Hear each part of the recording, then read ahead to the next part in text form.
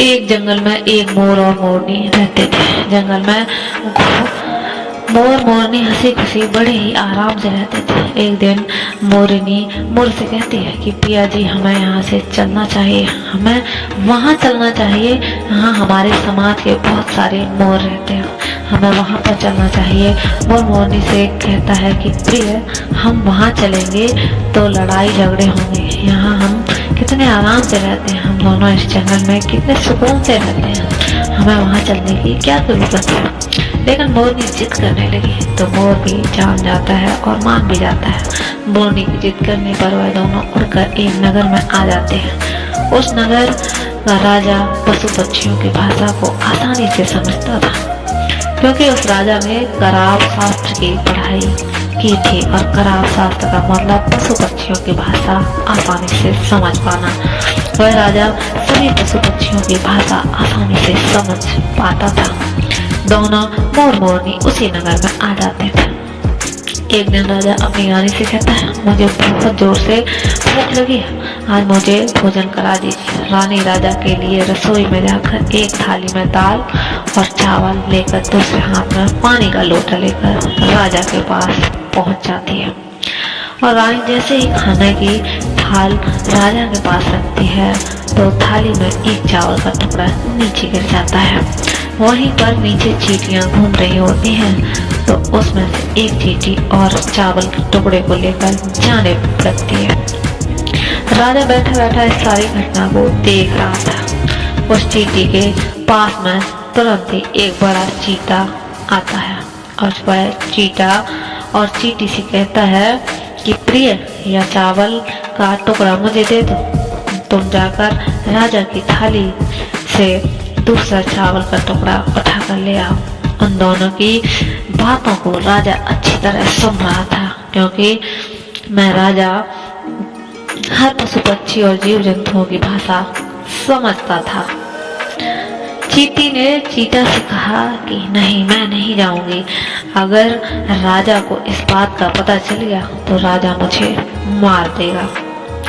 फिर चीता चींटी से कहता है कि तुम जाओ, राजा को पता नहीं चलेगा। चींटी जाने की कोशिश तो करती है, लेकिन आधे रास्ते से वापस चली आती है और चीता ये कहती है चीते से कि नहीं, मैं नहीं जाऊंगी, क्योंकि हो सकता है कि राजा को पता चल जाए और राजा मुझे मार ही दे। राजा उन दोनों को देख रहा था। चीता तो इस बात का राजा चींटी की बात को सुन लेता है। इस बात को सुनकर हंसने लगता है। राजा को अकेले हंसते हुए देखकर रानी रसोई घर से बाहर आती है तो राजा उसे हंसता हुआ दिखाई देता है। रानी राजा को हंसते हुए देखकर सोचने लगती है कि शायद मुझसे कोई गलती हुई है, इसलिए राजा जी को हंसी आ रही है।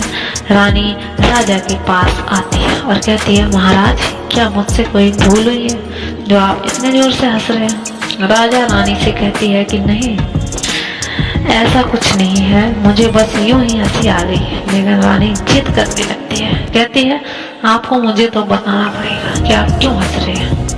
राजा बार बार मना करता है, क्योंकि राजा को पता था कि चींटी ने कहा है कि अगर मैं चींटी वाली बातें किसी को बताऊंगा तो मैं पत्थर का बन जाऊंगा। इसलिए राजा रानी को यह बात नहीं बताना चाहता था, लेकिन रानी बार बार जिद करती थी और कहती थी, अगर आप मुझसे सच्चा प्रेम करते हैं तो मुझे कहना ही पड़ेगा। अब राजा को कुछ समझ नहीं आ रहा था और राजा सोचता है कि अब यह बात मैं रानी को बताऊंगा तो वह पत्थर का बन जाऊंगा, और अगर मैं नहीं बताऊंगा तो रानी का मेरे ऊपर से विश्वास उठ जाएगा। अब राजा को रानी के हट के आगे झुकना ही पड़ा, क्योंकि बाल हट और त्रिया हट दोनों के आगे अच्छों को झुकना पड़ता है। अब राजा रानी को कहता है कि ठीक है, लेकिन सुनो रानी, अगर यह बात मैं तुमको बताऊंगा तो तुमको बाद में पछताना पड़ेगा। रानी कहती है कि अभी जो आप कह रहे थे कि कोई बात नहीं है और अभी आप कह रहे हैं कि मुझे बताना पड़ेगा। रानी सोचती है कि जरूर कोई रहस्य की बात है, इसलिए रानी अब और ज्यादा जिद करने लगती है। तब राजा कहता है कि चलो ठीक है, अगर आप नहीं मान रहे हैं तो इसलिए मैं आपको यह बात बता ही देता हूँ। राजा और रानी दोनों रथ पर सवार होकर जंगल के लिए निकल जाते हैं। जैसे ही वह दोनों एक घने जंगल के बीच पहुंच जाते हैं, तब राजा रानी को सारी बात सुनाने लगते हैं। जैसे जैसे राजा रानी की थोड़ी थोड़ी बात सुनता है, सुनाता रहा, वैसे राजा पत्थर का बनता चला गया। जैसे ही राजा ने आधी बात रानी को सुनाई, तो वह आधा पत्थर का हो गया। राजा रानी को कहती है रानी, आधा पत्थर का हो गया हूँ, तुम बाद में पछताओगी। रानी ने कहा, महाराज अब तो थोड़ी सी बात और बची है, वह मुझे सुना दो। राजा रानी की इस जिद को भी पूरा कर देता है और पूरा पत्थर का बन जाता है। और रानी घबराकर जोर जोर से रोने लगती है। रानी उस पत्थर को इधर उधर हिलाने की कोशिश करती है, लेकिन वह भारी पत्थर को कैसे हिला पाती, क्योंकि राजा हट्टा कट्टा था। इधर राजा पत्थर का हो गया है और उधर रानी जमीन पर पटक पटक कर रोने लगती है और सहायता के लिए इधर उधर देखकर जोर जोर से आवाज लगाती है। इस घटना को मोर और मोरनी दोनों देख रहे थे। रानी के विलाप को देखकर मोर और मोरनी का रानी पर दया आती है और मोर मोरनी से कहता है, हे प्रिय, तेरी हट तो आज भी इस हट के कारण हम यहाँ आ गए, वहाँ पर हम कितने खुशी खुशी रहते थे। मोरनी मोर से कहती है, प्रिया, रानी बहुत दुखी हो रही है, हमें इसकी मदद करनी चाहिए। या कितना विलाप कर रही है, इसकी और मदद तो हम कर ही क्या कर सकते हैं, इसको हम तो बना ही सकते हैं। अब दोनों रानी के पास जाते हैं और जाकर रानी से कहते हैं कि रानी, जो आपके साथ हुआ वह तो बहुत ही गलत हुआ, लेकिन आप थोड़ा सा धैर्य रखिए, अपने आप को संभालिए।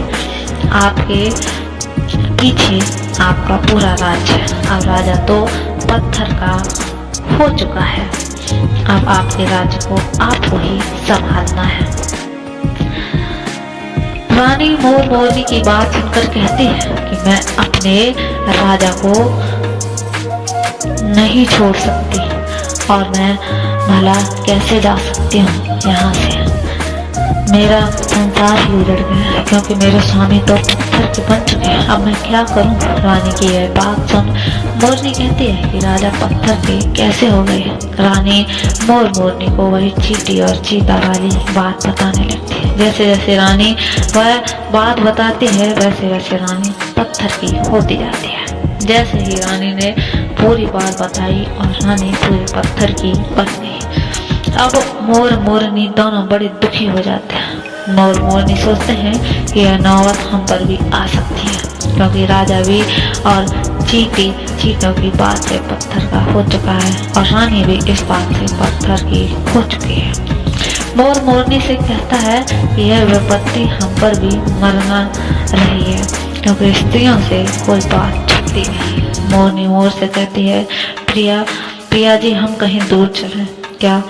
प्रिय, दूर जाने से क्या फायदा है?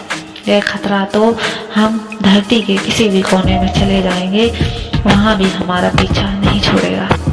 यह तो हमारे ऊपर मंडराता रहेगा। अगर जाने अनजाने से भी हमारे मुंह से यह बात निकल गई तो हम भी पत्थर के बन जाएंगे। अब इस बात से मोर मोरनी दोनों चिंतित रहने लग गए। ना तो अच्छी तरह से भी खाना खाते और ना अच्छी तरह से रहते। दोनों तो यह चिंता मन ही मन खाई जा रही थी। किसी ने कहा, चींटियों को खत्म कर दो, यह विपत्ति भी टल सकती है। मोर और मोरनी से कहता है, यदि हम दोनों इस सृष्टि से सारी चींटियों को खत्म कर दें तो हमारा यह संकट भी मिट जाएगा। और मोर मोरनी इस बात पर सहमत हो जाते हैं। मोर मोरनी सभी चींटियों को मारकर खाना शुरू कर देते हैं।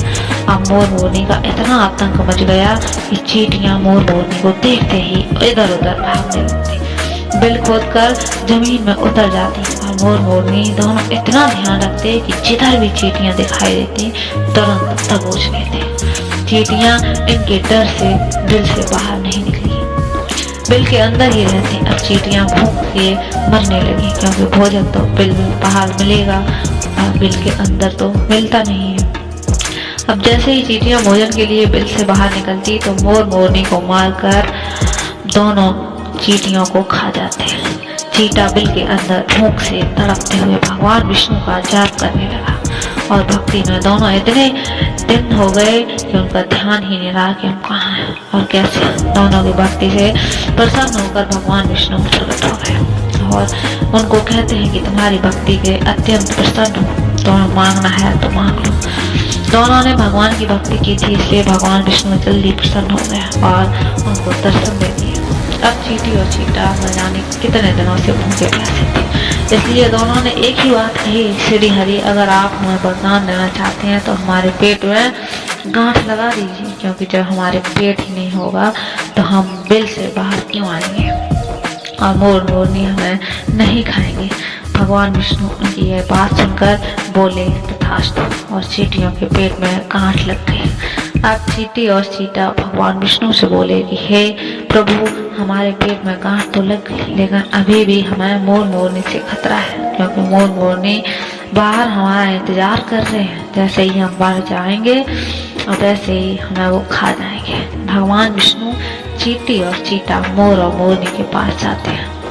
भगवान विष्णु मोर से कहते हैं कि मोर, तुम चींटियों को मार कर खाना बंद करो, क्योंकि इसमें चींटियों का कोई दोष नहीं। जो दोषी वह राजा था, क्योंकि राजा ने करार शास्त्र की पढ़ाई की थी, इसलिए सभी जीव जंतु और पशु पक्षियों की भाषा समझता था। उनका रूप बदलने में भी सक्षम था। उन पशु पक्षियों का रूप भी धारण किया करता था और जब रूप धारण किया करता था उनके साथ भ्रमण भी किया करता था। और जब पशु पक्षी गर्भ धारण करते थे तो राजा उन्हें छोड़कर वापस आ जाता था। उन पक्षियों के साथ ऐसी गंदी हरकतें करता था। उनकी उसी मूर्खता के कारण राजा आज पत्थर बनकर पड़ा है और भगवान विष्णु से कहते हैं, हे प्रभु, इसमें रानी का क्या दोष है। भगवान विष्णु ने कहा, रानी भी राजा के पाप की भागी है, क्योंकि रानी अगर राजा को रोकती तो राजा इतने बड़ा पाप नहीं करता, इसलिए सभी पाप के भागी है, इस कारण की पत्थर की बनी है। भगवान विष्णु के समझाने के बाद मोर उनसे कहता है कि हे प्रभु, अगर चींटी चीता भी इस बात को हम दूसरों को कहेंगे तो हम भी क्या पत्थर के बन जाएंगे। भगवान विष्णु बोले, चींटी और चीता का यह सब समाप्त हो चुका है, अब इस बात से कोई असर नहीं होगा। यह बात अब तुम किसी से भी कह सकते हो। अब मोर और मोरनी बहुत खुश हो जाते हैं और भगवान विष्णु से भी अंतर्ध्यान हो जाते हैं। मोर खुश होकर नाचने लगता है। खूब नाचने के बाद मोर नीचे अपने पैरों को देखता है तो रोने लगता है कि मेरा शरीर तो कितना सुंदर है और मेरे पैर फटे हुए हैं, क्योंकि दोनों ने चींटियां खाई थी, इसलिए मोर मोरनी के पैर फट गए। अगर इस इंसान की चींटियों खा जाता है तो शरीर पर छोटे छोटे दाने निकल आते हैं और शरीर फटने लगता है और जोर जोर से नाचता है और अपने पैरों को देखकर रोता है। मोर की आंखों से आंसू बहते हैं तो मोर मोरनी को धीरज बनाते हैं और उन आंसुओं को चोंच से पी जाते हैं। इस तरह से हर बार जोर जोर से नाचता और रोता तो मोरनी मोर के आंसुओं को पी जाती है। मोर मोरनी का प्रेम देखकर भगवान विष्णु ने फिर दोबारा दर्शन दिए और उन्होंने कहा, तुम्हारा यह प्रेम हमेशा ऐसा ही बना रहे, तुम धन्य हो। अब वह भगवान का आशीर्वाद है या श्राप। मोर मोरनी के आंसुओं को पीने से गर्भवती होती है। अगर आपको हमारा वीडियो अच्छा लगा तो लाइक, शेयर एंड सब्सक्राइब करना ना